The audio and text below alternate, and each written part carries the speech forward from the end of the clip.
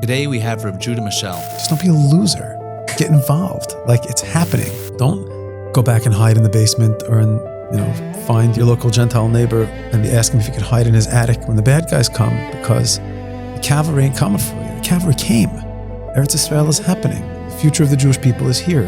The light of redemption is being revealed here. Dawn has broken 1 week into this war, which has revealed more miracles than most of Tanakh. And a week into this wild, big moment in Jewish history and in human history, in the fight of light against darkness. It's like the pressing matter of the day was getting 5,000 yeshiva students together to tell them that the great threat to holiness and their personal growth is AI. It's not just tone deaf. I don't think that it's insensitive and we have to hold on to that which we know, which is safe and comfortable, because this is how we've survived, and that's it.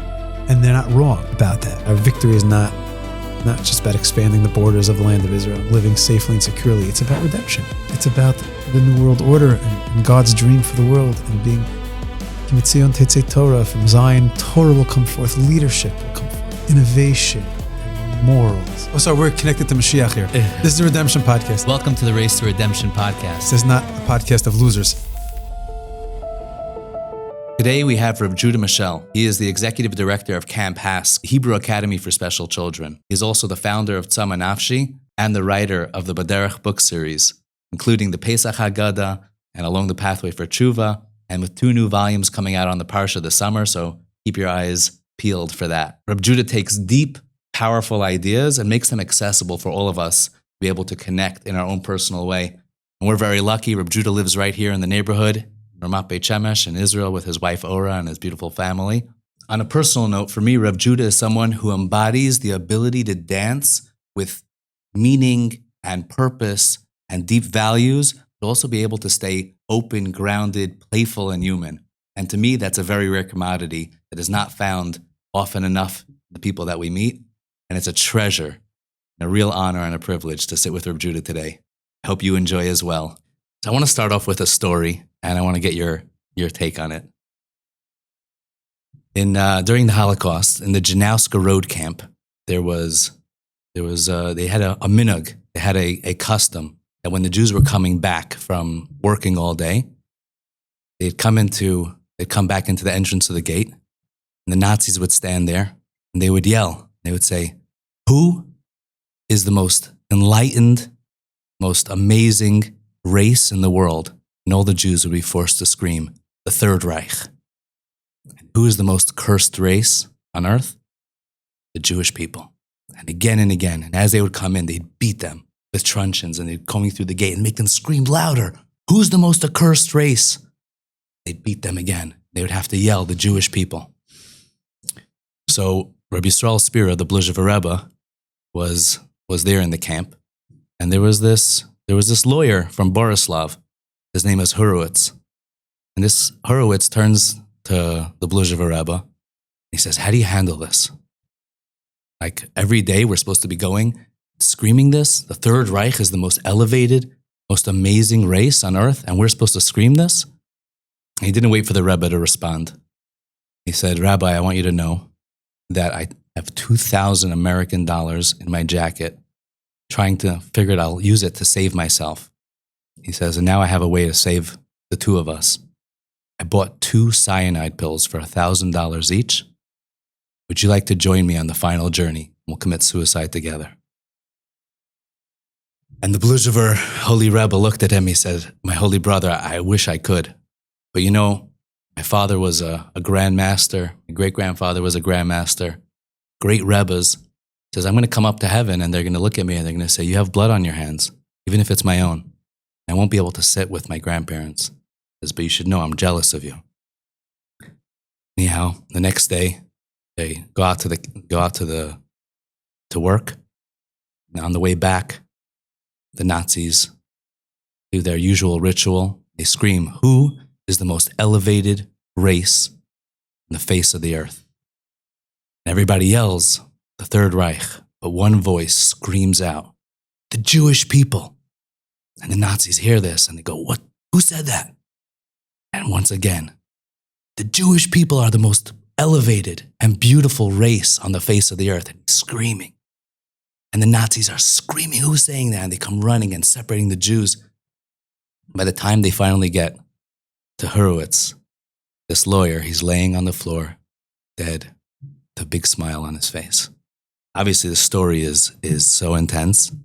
I mean, this is right out of the gate. This is quite a start. Yeah, I figured with you, we're not going to go slow. We got to jump straight into the deep end of the pool. Okay. And it seems that after 2,000 years of our exile, we've gotten really good in a horrible and painful, but maybe glorious way of being able to sanctify God's name through pain.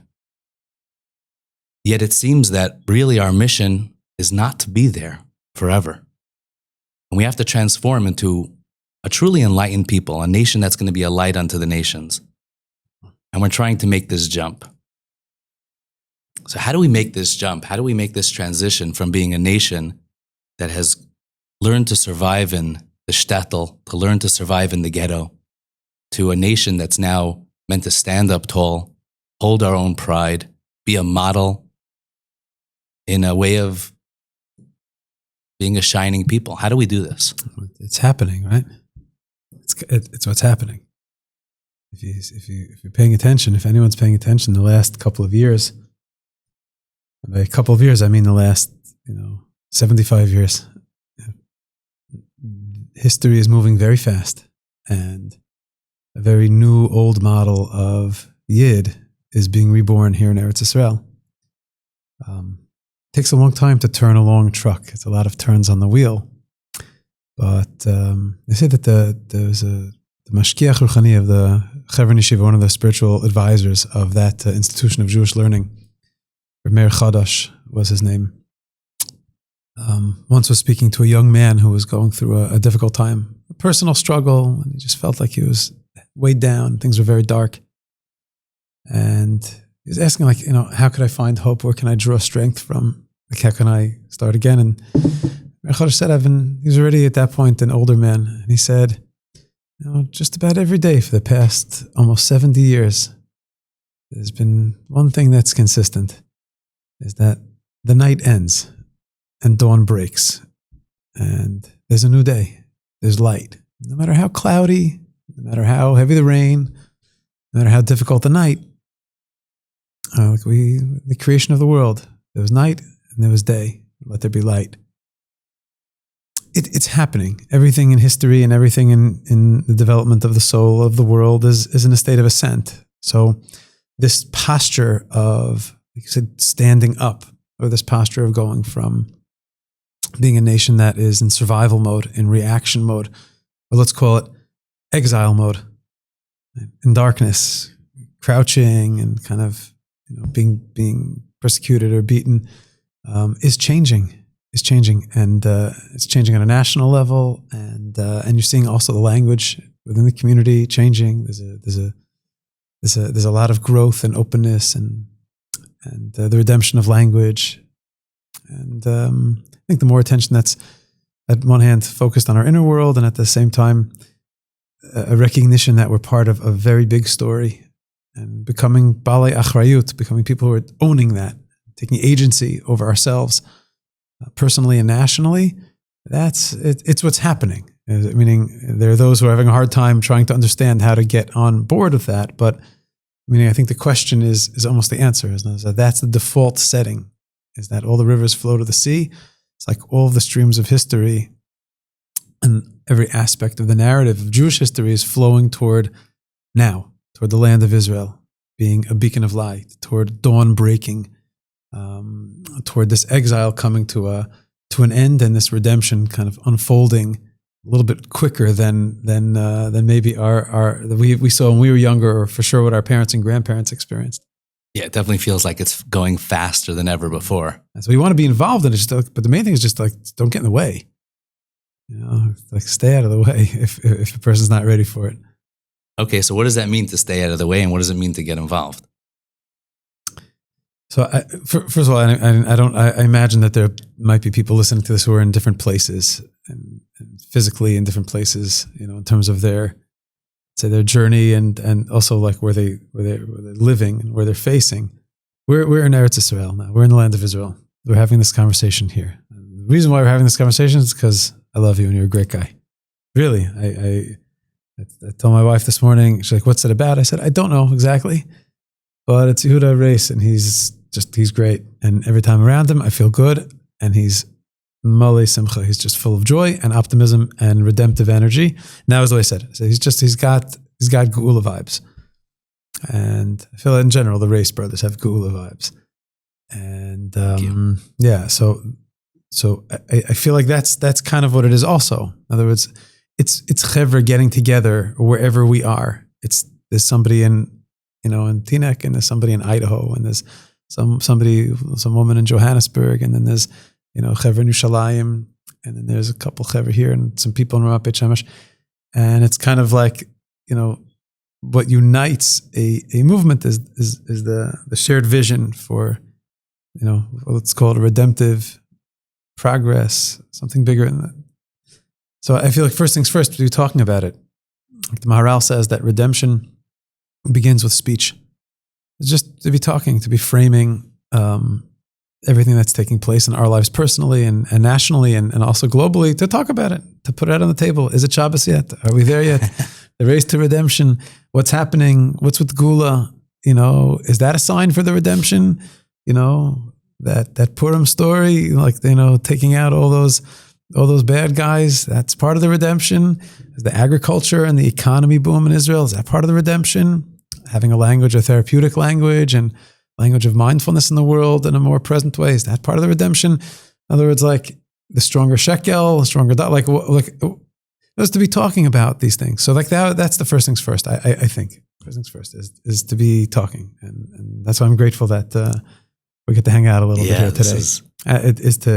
It's just to talk about it, to begin to bring it more into our day-to-day conversation and awareness and consciousness. And there's thought and then there's speech and action, which are actually the Roshi Tevot, an acronym for Mamad, which means our safe room. Very good. Shava Dibur Maisa. Yeah. So that's great. Sivan Rav Meir just pointed that out. Is that our thoughts and our speech and our actions, like that creates the real stable, strong way for us to kind of navigate this period in history. So I don't know if I answered what you said at all. Just to jump in and clarify, a mamad is the room for a safe room, a shelter.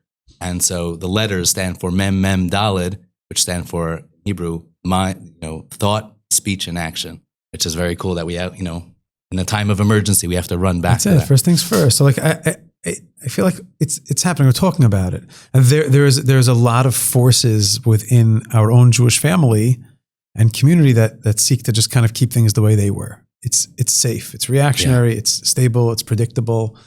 We want to just hold on to what was, even if what was pretty horrible and pretty painful. There's a comfort in being sad. There's a comfort in knowing our victim role. There's a comfort in kind of, falling in love with our captor. There's something there which is insane, but ironically stabilizing. Whereas growth and movement and progress and change could be very scary and unpredictable. But that's how it goes. And there's an uncertainty at the end of every night. There's an uncertainty when it's those moments before dawn, when it's still dark, but the morning star appears. And in our tradition, can I begin to pray the morning service? Well, has the morning star appeared? Well, I could put on my prayer shawl and my tefillin. I could put on my talis and tefillin, but I can't really say the main part of the prayer. Well, can I tell the difference between the colors on my tzitzis? Can I recognize a friend?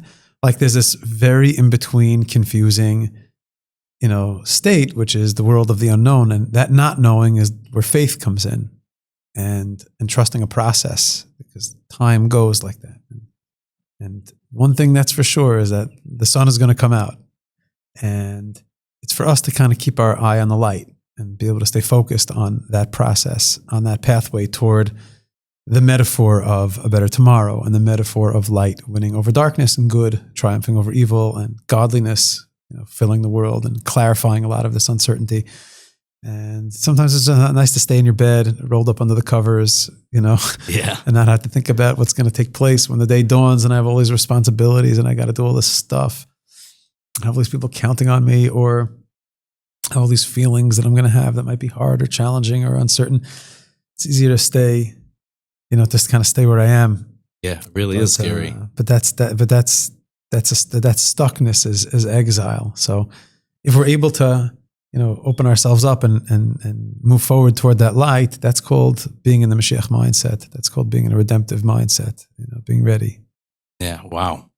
Wow, I have a friend, Michal Atias. I think it was last Pesach, he turned to me and said, the word addiction, right, the word diction really means to be able to communicate something, to speak something out. And addiction is the issue of not being able to speak out. So we end up finding ourselves addicted to different things because we're not able to communicate that. And like you were saying about language and being able to at least speak it out, at least bump into a friend, recognize the friend in the shifting night energy and being able to maybe communicate a little bit. But you also said something interesting about the redemptive language or the redemption of language. What do you mean by that? Dr. Ben Epstein is a dear friend and a mindfulness guide and a therapist in Yerushalayim, and he helped me frame, this. Not that we live in a world of binaries, but we aspire to be on the right side of things, to be matzlichim, to be successful, to win. Nobody wants to be a loser. Golos is losing.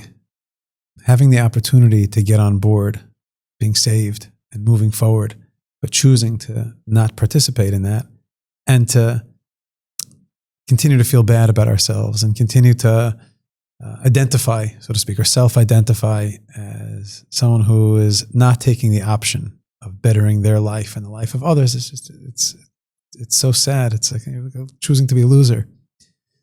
There's such an incredible awakening of Jewish identity. There's such an expansive and growing metrics of what it means to be someone who is part of the Jewish people, which is really the most natural thing. I mean, that's always the way it was. In exile, things became very narrow. Things became very reactionary. The Talmud says that that with the destruction of the temple, God was relegated to Arba Amos Shal Halacha Bilvad, 4 cubits of Jewish law only, Bilvad. In other words, we had to pack up this whole reality of Jewish life that included culture and art and politics and a military and a country and all different types of people and all different types of life. And we had to leave where we were most rooted and grounded, where this system of Judaism was really intended to be lived, which is in the land of Israel. I mean, 2/3 of these precepts are only applicable here when there's a Beis HaMikdash, when there's a temple. And without that temple and without that centralized life, so things became very compact and transportable. Like fold it up and put it in our little suitcase. Right. That's God's Arba Amos Shel Halacha Bilvad. And we delved into that. And that's what kept us going, the study of oral tradition and the story of law. And that very particular specific way was the way that we managed to transmit this to our children and grandchildren. Yeah. And that's what kept it going and us going for all of those years. And, it's to the exclusion of being the masters of our own destiny, to the exclusion of self-expression, to the exclusion of being, balei habayit, being people who, have a society. And, free men. Free men. Yeah. Free, exactly. We were slaves. And we were in survival mode, living on someone else's land, on the Poritz's land, or on the the Mufti's land, or, whatever it may be, or being citizens, good citizens. And, we can aspire to be, to have like some period of golden era of Jewish productivity until our host country rejects us and sends us away. That's what it's been. History repeats itself. And then we have this incredible shift in history called the return to Eretz Yisrael, Shivat Zion, which is much more than just a political movement, and much more than just something logistic, and much more than something which is nationalism, Shivat Zion is a restoration of God's dream for the Jewish people and for the world. And that kind of puts us in a situation of being proactive and the opportunity and the invitation to be expansive about ourselves and our lives and our destiny. And all of a sudden, it's not just a sugya, it's not just a theoretical conversation in academia, in the Beit Midrash. It's like, okay, we have fields and we have land and we have Shemitah, we have the sabbatical year, and we have an army. And what does that look like? And we're passing laws here. We have civic laws and we have social laws and we have Gentiles living among us, and we have women, and we have men, and we have taxes, and we have a system of governance. And all of a sudden, it's like, wait, well, how do we do that? So those who say, well, we're not doing that. We're just going to live on the Paritz's land, and we're going to continue doing what we've been doing for the past 2,000 years, and God will save us. And like the old anecdote or joke from Reader's Digest, like the motorboat comes, and then and God will save me, God will save me. And God's like, hey, guys, like, it's happening. And don't be a loser about it. Just don't be a loser. Get involved. Like, it's happening. Don't go back and hide in the basement or find your local Gentile neighbor and ask him if you can hide in his attic when the bad guys come, because the cavalry ain't coming for you. The cavalry came. Eretz Israel is happening. The future of the Jewish people is here. The light of redemption is being revealed here. Dawn has broken. It's happening. So to be able to be involved in that in any number of infinite ways, to contribute to that society and that culture of building in the world of Torah study, in the world of service of God, in the world of therapeutically, as part of the army, contributing to the economy, living here, being here, raising one's family here, putting oneself here, so to speak, in the line of fire, you're winning. You're winning. You're saying, I don't want to be on the sidelines. Yeah. I don't want to be a spectator to the story. I want to be the story. That's Geuladik. That's redemptive. That's Tanakh. That's our Bible. That's our template and story and script being lived forward in a real way, as opposed to just kind of remembering how it was and saying, well, when it one day will be, or the way it once was, we're not here, not there. And I feel like living with Mashiach Tzeit, with this sense of our finger on the pulse of Hashem's will, every sign is pointing to here and now being a moment which is very important to Hashem and His plan. And we're that. We're part of that. So if we're choosing to not be a part of that, you're just a loser. And if you choose to be a part of that in any number of ways, and I don't think that there's one specific way, then you're part of this winning narrative of the sun is going to triumph, meaning light is going to emerge. To what extent are we ready and willing to do that? And the way that we talk about ourselves and others, the way that we speak about the times in which we live, are we nebuch? Are we miskenim? Are we victims and are we losers, or are we winners? Has everything to do with the way that we speak. Wow. The way we speak about ourselves and each other and the people around us and the reality in which we're living. Language. That's amazing. That's so amazing.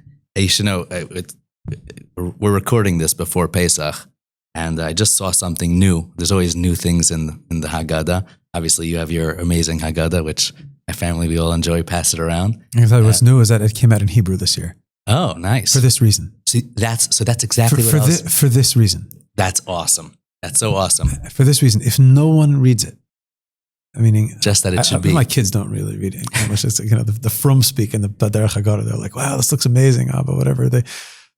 But besides reading their names like in the back, like I don't think they... So I want it in Hebrew because that's the light of the future. Lashon Kodesh. That's amazing. That's amazing. So one of the things that I've been saying for many years, and that I saw this new insight, is that we ask the question of why do we eat matzah on Pesach night? So the Haggadah actually tells us two answers. Either because this is the food of slaves, halachman, this is the bread of slavery.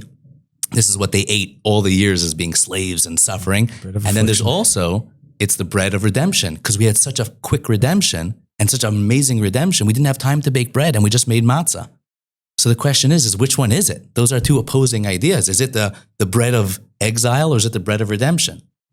So I like to say, well, it depends what part of the Haggadah you're up to. In the beginning, when you're still in that slave consciousness, so it's poor man's bread. But as we work through the story, there's meant to be a transformation that happens on this special night, which is really the story of all the Jewish people, which is the one night of the year that the Jewish masters call a night which is they, right? And it's like transforming, not just that we get out of the night, we transform the night. And then at the end of it, or at the end of Magid, at least, at the end of that transformation, we say, this is the bread of redemption. But there's a new thing that I noticed, which is like, it hit me even harder when you were just talking, is that the first time when we say it, the words are written in Aramaic. They're not written in Hebrew. And we say, this is poor man bread. And we're using the language of exile, the language of not being ourselves. But by the end, we speak, matzah zusha anu ochlim al shoma. We speak in Hebrew. That's a beautiful insight. That's a beautiful thought. That's a beautiful thought. I mean, and also, where do we see ourselves in the story? Like, what are we up to? Yeah. Are we there yet? You know? Yeah. Is it Shabbos yet? Is it Shabbos yet? And the answer is, is the cup half empty? Meaning, yes, if we're able to say, it's almost Shabbos. Like, we're almost there. To frame things positively, optimistically, I think that expresses faith. Yeah. Ha'emanti ki adaber. So King David said, I believe, and my belief is strengthened because of the way I speak about myself, the way I self-identify, the way I introduce myself, the way I frame the reality. One of the, I'll say one of the meditations, but it's really a beautiful, our sages put a beautiful speed bump before the most important part of our prayer experience, called the Amidah. The Amidah. Colloquially called the Shemona Esrei. It's not really 18. It's because of 18 blessings. It's not really 18 blessings. It's 19, and on Shabbos it's 7, and on holidays it's 5. Whatever. It's not really. But the Amidah. It's also a very powerful. It's also a physical cue to stand. Just to stand in place. But before we stand in place, we take 3 steps back, and then we take 3 steps forward. And that 3 steps back and 3 steps forward brings us to exactly where we were before.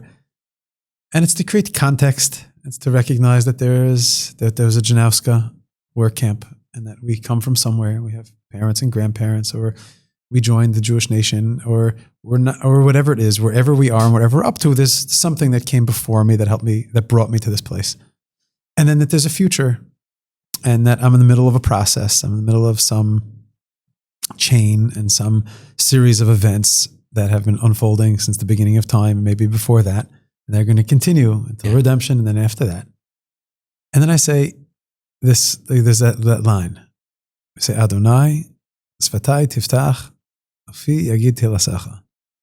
Hashem, open my mouth, my lips will extol your praise, so that I could express your praise. And I've been living with this and trying to live with this, aspiring, when I'm paying attention. Sometimes I take my 3, like at the end of it, I'm like, I had somebody that actually I wanted to think of today. I'm like, but I do remember what I have to do in the store later. When we allow ourselves the obligation and the privilege to stand before Hashem and with Hashem and have an actual real moment there, we ask, just give me the ability to open my mouth here, that I could speak to you, to realize that I'm speaking before the King. I'm speaking before the King, who's my beloved Father, who wants me, who believes in me, who's accepting me, who's interested in hearing what I have to say. It's so empowering. It's so wild. I don't want to be small in this moment. So I say, Hashem, Svatai tiftach. Lips also comes from the language of Sfat Hayam. The edge. The edge. Where the ocean meets the sky. When we go and stand at the beach, and it's so long since I've seen the ocean. You stand at the edge of the beach there, and you just look out at those infinite waves and that nonstop movement, and you can go and go and go and go, and you look toward the horizon. Where does the water end? Where does it start? There's no boundaries. There's no the Sfas Hayam is infinite. It's so big in the sky and the ocean. So we say, Hashem, Svatai tiftach, open me up. Just open me up so that I'm not stuck in smallness about my list of to-dos and what I need and what I want. But give me a chance here to take a deep breath and expand myself a little bit and see that where I am with you and before you is part of a much bigger picture. And that's an extraordinarily empowering geuladik feeling. to have the ability to address the master of the world as a partner in this whole story. I mean, that language is a key toward being a part of this redemptive experience. Yeah. It's powerful. I think the idea of you said prayer, opening up to the beyond, even say right before that, we say, Shira chadasha shibchu ge'ulim, shimcha gadol al sfat hayam. We're going to sing a new song that is going to be the song of those that are redeemed as we stand there. And it's actually also recently, the last few months that when I realized that, I was like, whoa, that ability to burst out in song, I can't do that when I'm in fear, when I'm closed up, when I'm scared. You can't even talk. You can't even, you don't even know what to say. But then when you're able to, like you said, that breath and be able to suddenly sing, that's why, Pesach, which is redemption, is all about song. And that whole narrative of the splitting of the sea and that song, it's really a song of the future. The Az Yashir Moshe was extraordinary. Right. The Bells of Rava pointed out that the people who were there were probably not in the mood to sing. They'd come out of Egypt in a rush. It's true, they saw lots of miracles, but the way our sages frame it is that 4/5 of the community were lost. They were a generation of survivors and who hadn't had a chance to process any of the trauma or any of that experience. Jewish babies were used to dam up the Nile. Paro was bathing in Jewish blood. They had experienced a genocide. They'd experienced the worst before their eyes. They were beaten. They were downtrodden. And they came out of there. Imagine every family missing 4 out of 5 of their family members. That means everybody was in mourning. Everyone was in some state of real visceral loss of loved ones. Those children, there were a lot of orphans, meaning Le'olenu. And they have this great salvation and like, okay, we're going to sing now. And they're like, what? We're going to sing? That's why it's suggested that the source text in the Torah of the revival of the dead, of Tchiyat HaMetim, which is one of the stages of redemption, comes from the text of Az Yashir. Because Moshe was revealing to them that there's a light that comes from the future and that there's every reason in the world to be faithful and optimistic, even when there's absolutely no reason in the world, when it makes sense to take that pill. That faith in the future and that faith in us being a part of that future and actually like being there for it is a reason to sing and a reason to celebrate. Yeah. Wow, that is so interesting and so amazing. I was thinking also when you were saying being on the edge of the sea, that's also like it's the edge of the night. And it's tough. And it's interesting that, so to speak, that when you were saying how they split the sea, that's like taking the night into the day, somehow finding a path. Anosein bayam derech, God makes that path in the sea that we don't see it until unless you know how to read the stars or you know how to read a map. And read it now. Right. Like, I don't know, like if I go into the ocean, I'm lost. Well, it has to, because you have to create it for yourself. And you have to do it now. You can train, learn how to swim, and you can build a muscle mass and learn how to control your breathing. But it's a lot of it has to do with surrender to the flow and being open to the changing reality that's happening every single moment. The liminality of the experience of being in the ocean is so immunodik, and it's so powerful. It could be so terrifying, but it could also be just so incredibly relaxing and expansive. I mean, that's the word. Expansive. Expansive. I got to get back to the beach. Yeah. Well, it's hard to get there now a little bit. Back to the beach. There's something that really opens there. There's something that really is infinite there. That's when God promises all of this to our Zaidi, to our grandfather Avram. He was talking about, took him to the beach. Yeah. Took him out. Said, look at the sand and the stars. You don't see that in the city. Yeah. You don't see that in the city. And even when you go into the water just a little bit, you feel the power.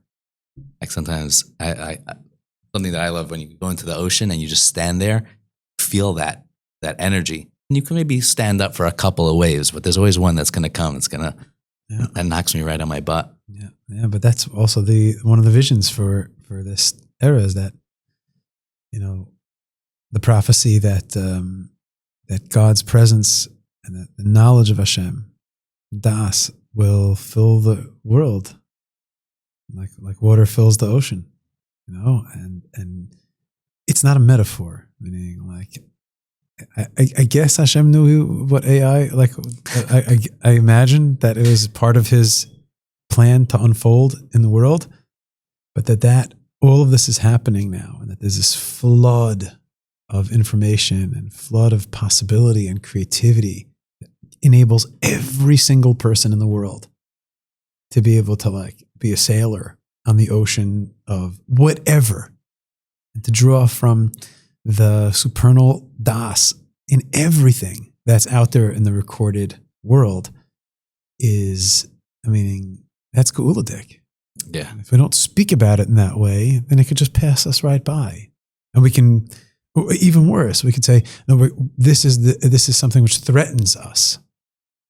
Yeah. In the middle of this war, you can edit this out if this is something which is going to be hurtful to anyone. But I think it's important to say, to clarify that very well-intended, very, very smart leaders of the Jewish community who know more Torah than I will ever know.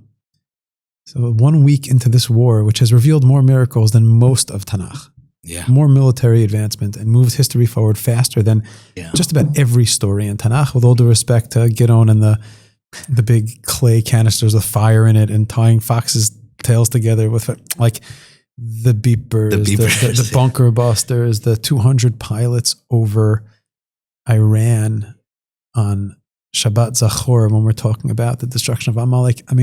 And a week into this wild, unimaginably, big moment in Jewish history and in human history, in the fight of light against darkness, it was like the pressing matter of the day was getting 5,000 yeshiva students together to tell them that the great threat to holiness and their personal growth is AI. And the Rosh Yeshiva in Lakewood saw that is, and not just that, the members of the Moetzes Gedolei Torah saw that is a major issue that we have to address now. In the middle of it is, it's not just tone deaf. It's not, I don't think that it's insensitive and that it's something where like, it's not a matter of politics. It's just, it's something, this huge unknown and massive revelation and sun coming up. And like, we have to hold on to that which we know, which is safe and comfortable, because this is how we've survived in the Arba Amos Shel Halacha Bilvad. And that's it. And they're not wrong about that. They're not right. They're not wrong. Because that is the way that we survive. That is the way that we have survived, and that shouldn't go away. Like that Arba Amos shouldn't go away. But why live in the 4 cubits, which are really the definition of our sages having your personal space, right? Yeah. Is my Dalet Amos is my personal space, when there's such a broader story taking place here in the space of our entire nation. And that was people were like making jokes about it, and there's some memes about it, like the flyer was made with AI and all that stuff. I hope that's not too niche or particularistic for this conversation. If it is, we could edit it out or whatever. But to me, that was it was much more than a metaphor. It was like very telling of like, oh, I don't know. Like that's not, we're in the bomb shelter. Yeah. I'm in the mamad looking at this, like checking the news, like my family chat, everyone's sending it around, their friends saying like, could you believe this? I'm like, I can believe it. This is what has kept us going for all this time until now. And now it's time for us to like kind of turn a little bit and open ourselves up a little bit. And we got to go to the beach. Yeah. we got to get some sunlight. We have to get a little sunlight and breathe a little bit of the air and connect to the flow of the rhythm of history and the world a little bit, and hold on to who we are, but a little bit, not be afraid to move forward and not be afraid of the tools that Hashem is putting in the world for us to move it forward. Yeah. Yeah. It's language of fear, the language of reaction, the language of defense is so old and crusty. Yeah. And that's what's so exciting. I don't know when this will come out, but what is taking place now. I went into, we were supposed to meet up at 10:30, and we were both in different bomb shelters. And there's something it's nerve-wracking and angry, but it's thrilling to be here for that. And go explain to someone that locking yourself up in a metal box and concrete to be protected from things is actually something which can be so liberating and expansive, in a sense of like things are moving forward. I'm willing to pay the price. Yeah, to be a part of that. Yeah, I was sitting in a bomb shelter the other night, and suddenly the imagery hit me so hard that the Jews in Egypt were doing the same thing on that first Pesach ever. They were all sitting there in the bomb shelter, or their blood pasted doorway, and they're all waiting. And like God's like, don't go out, stay in your bomb shelters. I got this covered. And the angel of death is flying through the sky. And you know, I don't know if you've had the opportunity to see it, but yeah, sometimes like if you're on the road, actually in one of the Iran attacks, it was like imagery. I'm like, hold on a second. I'm like, oh, that's new information has come to light. It's wild. Wow. And so I was out on Erev Rosh Hashanah. I love that. And we're looking up at the sky, and you literally just see the angel of death streaking the sky. You see missiles, just fires, like, and pieces of rockets flying through. And you're like, oh my God, the angel of death, creeping death. And here we are doing it again. We're going into the bomb shelter, and we don't even see the amazing things that are happening in the skies. Like there's this, it's beyond. But there's also something that's happening where we're getting involved. You know, like let's say the guys that are sitting in the Air Force hub, they know exactly what they're doing, and they're playing their role. And the pilots that are in the skies, you know, even though they're messaging their kids to get back on Zoom classes, right? But they know what they're doing.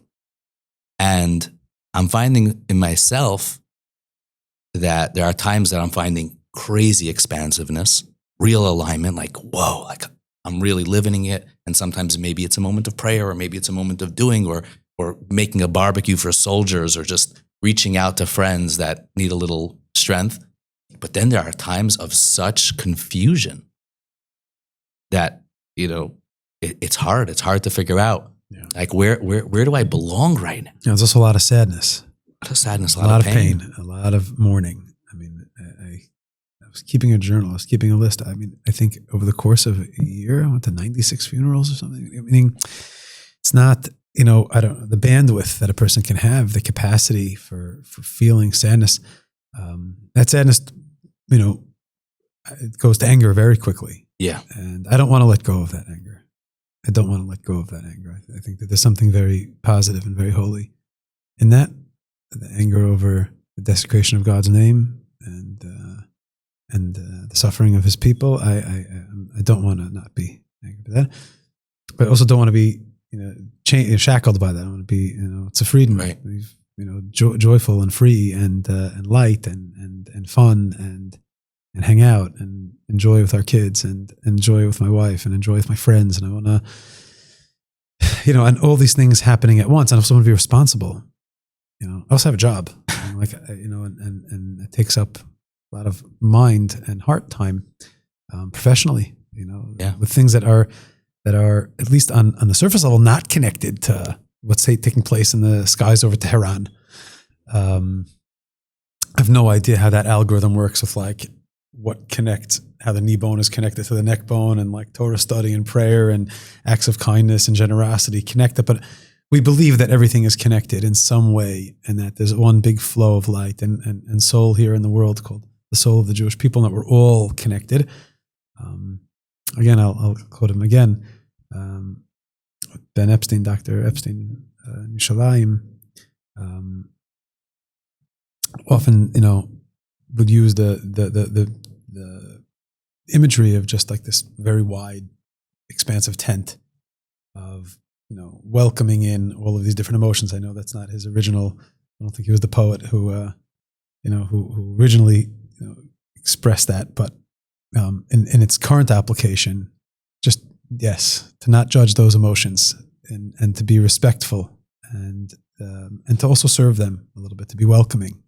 They say in Morocco, marhaba, to welcome them in, the sadness and the pain and the joy, and to treat them with respectfully and ourselves with kindness, but also to not be losers about it.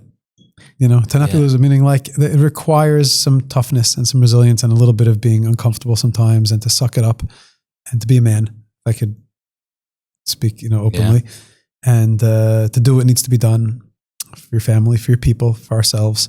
And it means to, take ourselves seriously and to take this moment seriously in history, and not just to kind of sit back and say, well, it's going through a lot right now, so I got to take it in. No. Like, now is the time where we turn the volume to 11, and where we buckle down for another round of miluim, or to find the way for us to sacrifice and be a part of that story, in a real way, in an honest way, in a true way, in a way that requires sacrifice, that demands sacrifice. And if not, you're a loser.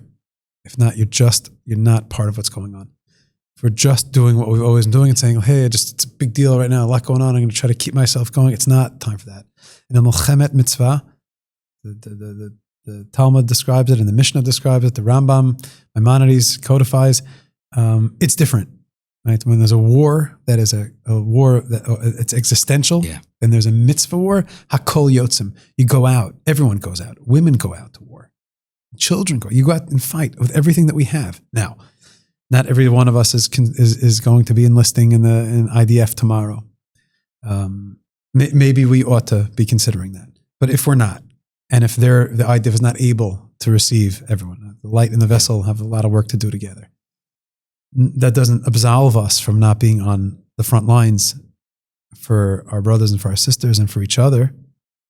That doesn't absolve us from not, it doesn't just mean sitting on the sidelines saying an extra psalm at night and saying, "Oh, somebody's going through a hard time," but finding a way to get your shoulder into that burden somehow. To take that responsibility, and not as a miskein, not because their husband's out for so long, and no, but they're winners. They're at the edge of, like we say, they know what their shlichus is, or they have their shlichus for whatever that bechira led to that moment. But I want to be a part of that. I am a part of that, and so are you, and so is everyone, wherever we are and wherever you live, to be on the front lines. And if you're not sure how to do it, then keep asking the question and have the conversation with other people who feel that way, and demand of ourselves to take more responsibility for the Jewish people, and to demand that the language of our fellow, not just Jews, but all the good people of the world who are part of this, especially now, when it's literally all our partners in the United States military and all the forces of light and goodness in the world against this jihadi evil, to demand of ourselves, what am I doing? Am I doing enough? Are we talking about this enough? Not when is the war going to be over? When are we going to win? How are we going to win? What can I do to be a part of this nitzachon, of this win? And what that win is not just Tehran. It's not just, Gaza, although affordable housing for those who sacrificed in the war in Gaza, that would be wonderful. It's beachfront property. I like that idea. You kidding me? I got a couple chevra in the family. I mean, I get to go visit my children and grandchildren on the beach in Gaza. That's a dream. I ask Hashem for that every single day. Every single day. And however that expresses itself, or can express itself, in our conversations and in the way that we speak, nitzachon is not just that. Our victory is not just about expanding the borders of the land of Israel and living safely and securely. It's about redemption. Yeah. It's about the new world order and God's dream for the world, and being Kimitzion Tetzei Torah, from Zion, Torah will come forth, leadership will come forth, innovation and morals. Right now, per capita, we're the leading country in the world in kidney donation. Yeah. And Yitzhar, that extremist village. I should start off as an Orthodox rabbi. I denounce settler violence. Is that the way? That's what we're supposed to do? No. So we're connected to Mashiach here. This is a redemption podcast. This is not a podcast of losers. So I don't have to do that. You do not. I do not have to apologize. We don't have to apologize. Yeah. We know that there's people who do good things and people who do bad things, and good people who do bad things and bad people who do good things. Yeah. And we don't have to apologize all the time. We can be Jews who are not apologizing for all the time. But leading kidney donations. It's not just cherry tomatoes and technology and unicorns and startups, but it's ethics, it's morality, it's a vision for the world. Yeah, it's v'chai bohem. It's we know how to live. We have to export being geschmack people being people with simchas hachayim, with joy and purpose in life. That's what we have. That's what we offer for the world. That's victory. Part of that is wiping out bad guys. Yeah. Part of that is not living among Nazi jihadists who want to kill us and our children every single moment. Part of that is recognizing there's light and there's darkness. And when it's this part of the night and this part of the morning, things light and darkness can be a little bit confusing. So we have to look at each other. Mashiach here, you got to look at your friends and say, "You crazy? I'm not crazy. You have it on your forehead. You hate the tape. Got the X. Yeah, no, we're cool. No, we're cool. We're tethered, everybody in their way, to a big light and to a big movement, and to be supportive of one another, and to speak a language of positivity and optimism and victory and love of one another, even and especially when we disagree." Yeah. Oh, yeah. And to be able to look a person in the eye and say, "You're so off and you're so wrong on this and you're stuck. And I love you." I mean, and to still have dialogue. Yeah, you have to. I love that. But did you see there was a podcast with Rabbi Shmuel Eliyahu and David Shokan? Now the second part came out now. Yes, I listened to it. Awesome. I couldn't go to sleep. I ended up being up all night watching both. It's amazing. Phenomenal. It's amazing. Phenomenal. Just David Shokan, the leader of Haaretz, or not leader, very high up in Haaretz. The family for generations. That what makes the conversation so strong is that he represents like this establishment of leftism and progressivism and secularism in Israel. Yeah. Which used to be an ethically based and gvan, a shade of a hue of ideology, which has unfortunately slowly but surely lost its way into this progressive atheist progressivism. And Shmuel Eliyahu, who was the Rav of Tzfat, and really, at least in our life, has become like a real beacon of light. Yeah. Also represents his father, Rav Mordechai Eliyahu Zatzal, was an attendant to the Baba Sali, and the Rav Arasher, chief rabbi of Israel, was. So he represents also generations that coming from a different side, and the two can speak as brothers. Yes. With incredible respect and love. And be able to disagree. Oh, disagree about the fundamentals. Yes. But not flinching. Yeah. Both. It's extraordinary. Yeah. And it's extraordinary. It's so Mashiach. Yeah, that was so good. It's so good. It's so good. It's so good. And Shmuel Eliyahu is fearless. Yeah. And this Shokan is great. Yeah. I love it. I was so impressed. And it made me so proud to see that type of dialogue happen. And I know that, there's many of us that are kind of doing that, that are learning how to dance. Here we are in Beit Shemesh, where, Americans would come to Israel, and we're kind of learning to bring that cultural mixing pot, that melting, that bringing. Purple is the purple zone. Yeah, right? Exactly. In the elections, the Dolev. Right, Dolev was purple, right? That's right. Like this blue. Every other street in Beit Shemesh was either one way or the other way, and right where we live was the only purple zone. The Democrats, the Republicans, I don't know, whatever. All the different binary definitions that they put on people, not shirts, but whatever. And then there was like the blended tapestry of our, I'll tell you what's amazing is, if it bleeds, it leads. The noise on the edges get a lot of attention, suck a lot of wind out of the conversation.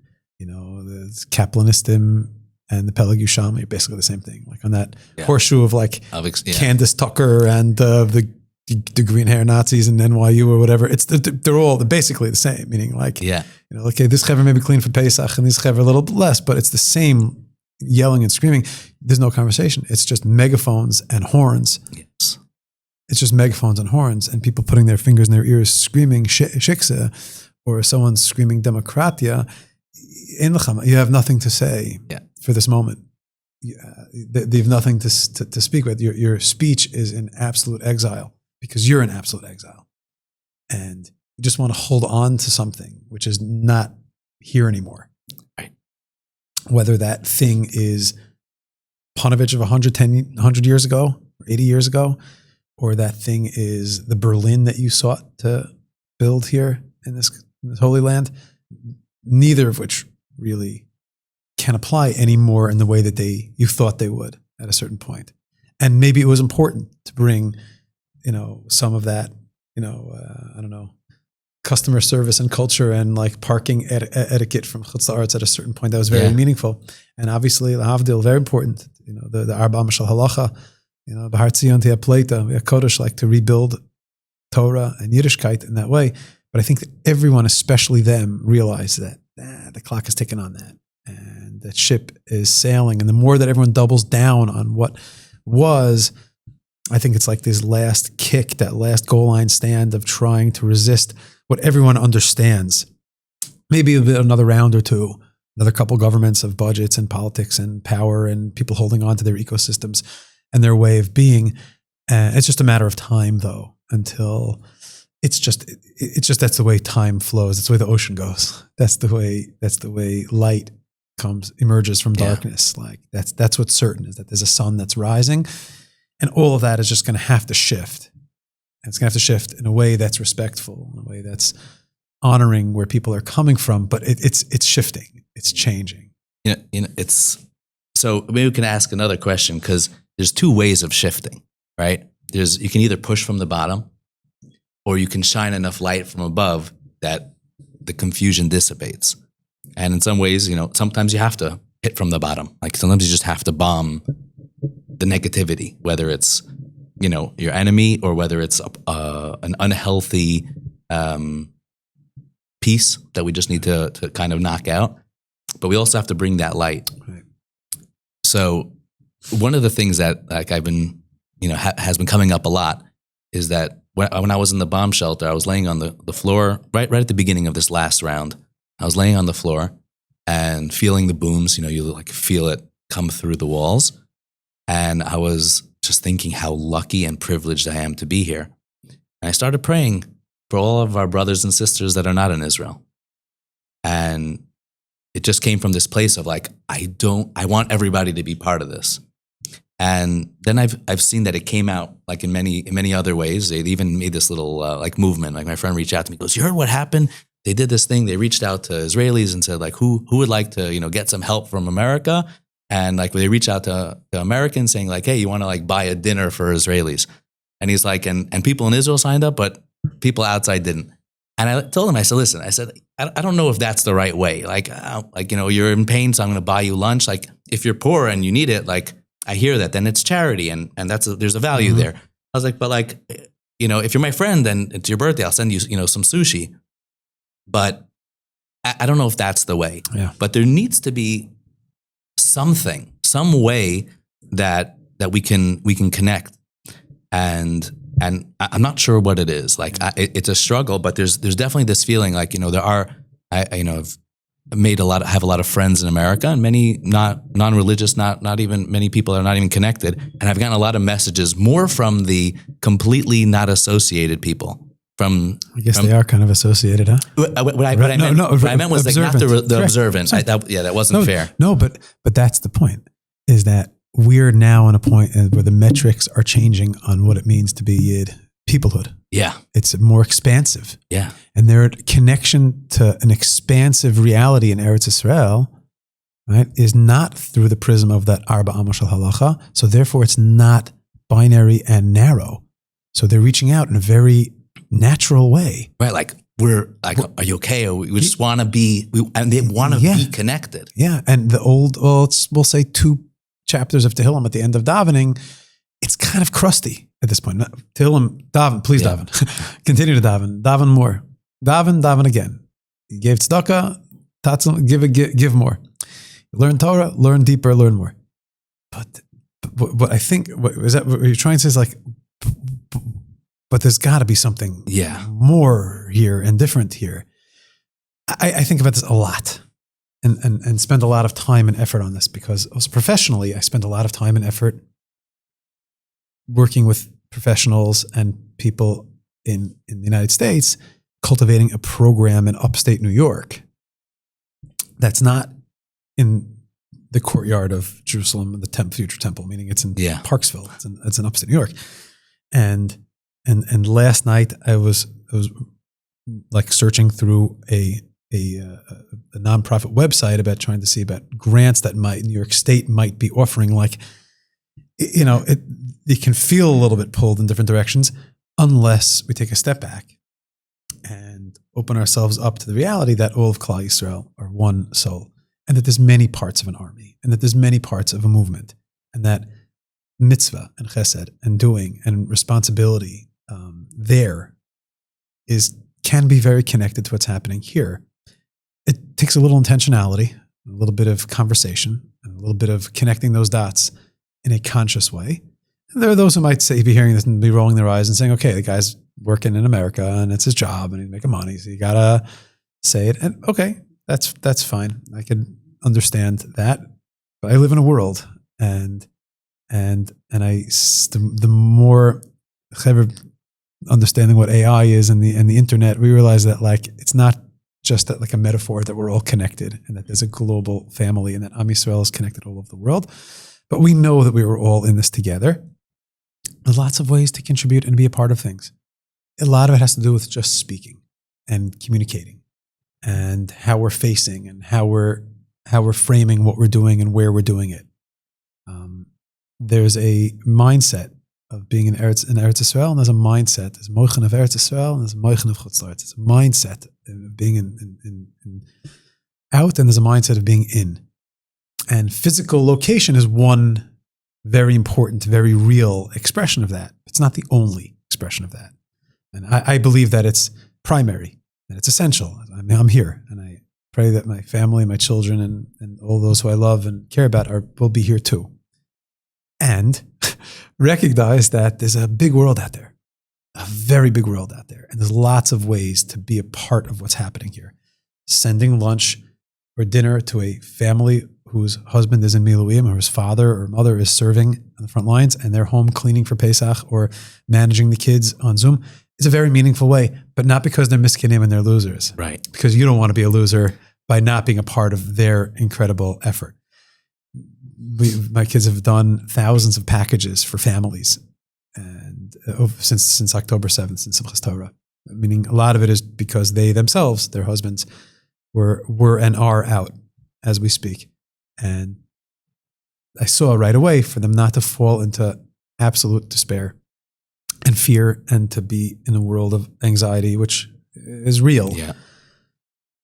Was to keep everyone busy doing and helping and owning and having agency of we're the ones here who are helping. Yeah. And it's interesting the way that people contribute or participate in that. Sometimes I find myself, we fall into the old language of like, well, we want to be machazik them, we want to give them strength. And I'm like, actually, that is also true, but you're really saying, I want to be a part of what you're doing. I want us to do this together. I want to be makir tov. I want to express my appreciation for your sacrifice on behalf of all of us. And I want to be a part of this together. And here's what I could do right now. Here's what I could do sitting in Teaneck or in Boca or in LA. I could care, and I could express that caring by filling that need. Not because you're a nebuch, but because I don't want to feel like a nebuch, and I don't want to be a nebuch. I want to be a part of what's taking place. Yeah. And I just like Tehillim is great, but like I did that for my neighbor who had cancer, and I did that when my mother was sick, and I did that, when I wanted to have a kid, and I did that before my SATs. I did that when my team was in the World Series when I was in elementary school, and I did that during the Gulf War, and I did that. So like, with all due respect to these Tehillim, which are eternal and always relevant, I want to, like what, and that's where the bags of underwear came from. And that's where the duffel bags of batteries and meat boy, whatever. And I understand that, and I honor that. And that's Kavaldik. That's great. Send fish boards. Send where am I? Send them. And I don't know. The answer is but that's not my problem. That's for anybody who's listening and anybody who wants to be a part of it. Figure it out. Go talk to Hashem. Do the work. Open up your heart and figure it out, because it's a mechemes mitzvah, and we're getting it's almost Shabbos. And Misha Tarach be'erev Shabbos, Yochel b'Shabbos. If you participate and do the effort and and invest now, then you'll have what to eat. You'll be able to be at the Suda. You'll be able to be at the celebration. If not, you're going to feel like you're going to watch it on your phone from some defensive crouched position in Mamad and wherever we are. And again, it's not just a physical location thing. It's about a consciousness It's like figure out a way to be a part of it and double click on that and dig down and express that. Even if it means calling somebody you love and saying, hey man, I don't know what I'm supposed to be doing right now. I'm with you. Yeah, and I just want to give you a hug. And like what is happening there? It seems to just be open to it and not just like, not sympathy. And I think not even empathy, but like being a part of it. They say just like one nug about in the world of developmental disabilities or special needs and inclusion, that we talk about this in HASC a lot, is you want people who are coming to your program to feel like they're a part of things. Like you want them to feel like they're included and they're part of it. So how do you do that? So in Camp HASC, we have, everything is accessible and everything is built and constructed with incredible design and incredible effort and thought, so that it's built for the individuals who are, in our care. But the secret to having a person feel that they matter and feel like they're important is to actually just like include them and to love them and actually look at them and treat them like a person the way we would want to be treated. It's called V'ahavta Re'echa Kamocha. And that's the whole thing. Meaning, like, how are we going to make them feel that they are included? Okay, so you have to have a place where a person or a yid can get to. Yeah. If you can't go on steps, you need to have a ramp. And if you can't go on a ramp, they need to be able to be brought to. Okay, that's the obvious part.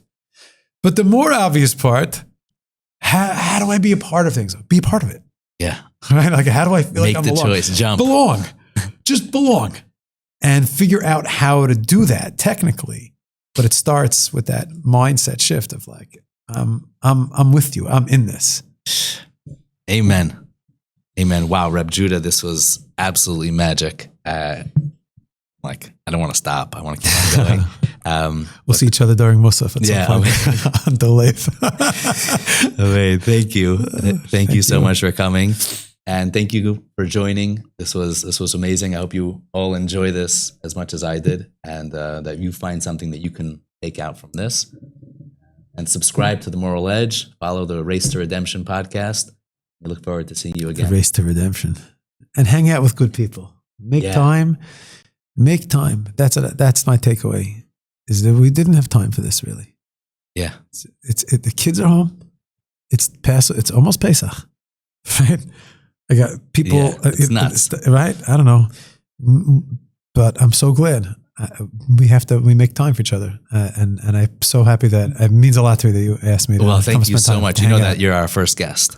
No way. I've been recording with Yaakov. We just did, what are you talking about? things, and you're the first guest. I was like, I got to get Rav Judah on number one. Wow. Yeah, wow. So thank you. Wow, okay. Thank you for having me. It wasn't like I even tried anybody else first, and you're the first guest. No, no, it's okay. Our first message. Even if you did, it's okay. I'm comfortable with you enough that we know each other long enough. Yeah. Okay, thank you. It's wonderful to be with you.